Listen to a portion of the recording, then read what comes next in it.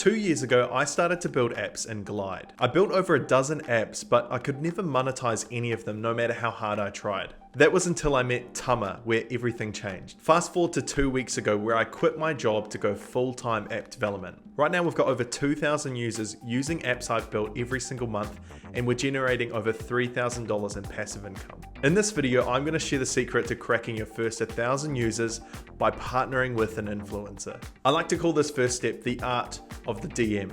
After failing over and over again to try and monetize apps that I'd built, I knew it was a good idea to maybe partner with someone who already had the distribution so that I could handle product and they could handle the marketing. I needed to find someone who had the same audience that I was looking to target as a user base. For the app idea I was thinking about, it was in residential property investment, a way for people to calculate the feasibility of a potential property flip. Luckily, because of social media, I knew of a well-known property coach based in Auckland with a large following, who specifically taught property flipping. Okay, so I had an idea, I had a potential partner, but now I had to actually make contact and ask if he would be keen.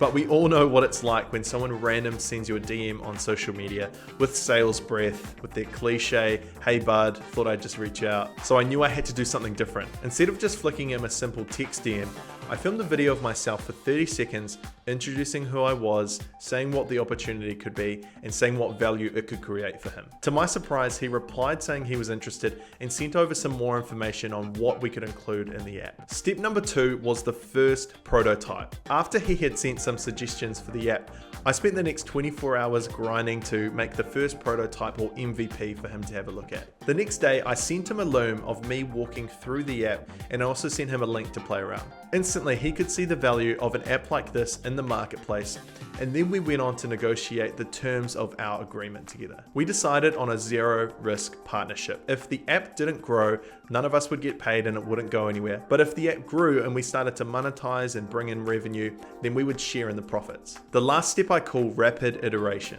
Over the next few weeks, we launched the app to a small user base of his friends and family to test and give us feedback on how they were finding the experience. It seemed like every day we were launching new features based on their feedback to improve the experience. After about a month of this, we decided to launch for real. We did a big launch of the app at the end of 2023 at a seminar he held in Auckland. Because of all the trust and goodwill that he'd built over the years with his audience, providing value, giving content for free, answering questions in the DMs, it became incredibly easy to crack that first 1,000 users on the app. If I had to go back to square one and try and build this app by myself, it would have been incredibly hard with zero audience. But because I decided to partner with someone who already had the distribution, that meant that all I needed to handle was the product. Now, of course, there's no shortcut to a great product. Just because you've got thousands of followers on Instagram, it doesn't mean that people are actually going to stay using an app that you've promoted. But sometimes at the start, it's about getting your app into as many hands as possible to get that crucial feedback to build the app people actually want. I hope you enjoyed this video. If you want to see some more content like this where I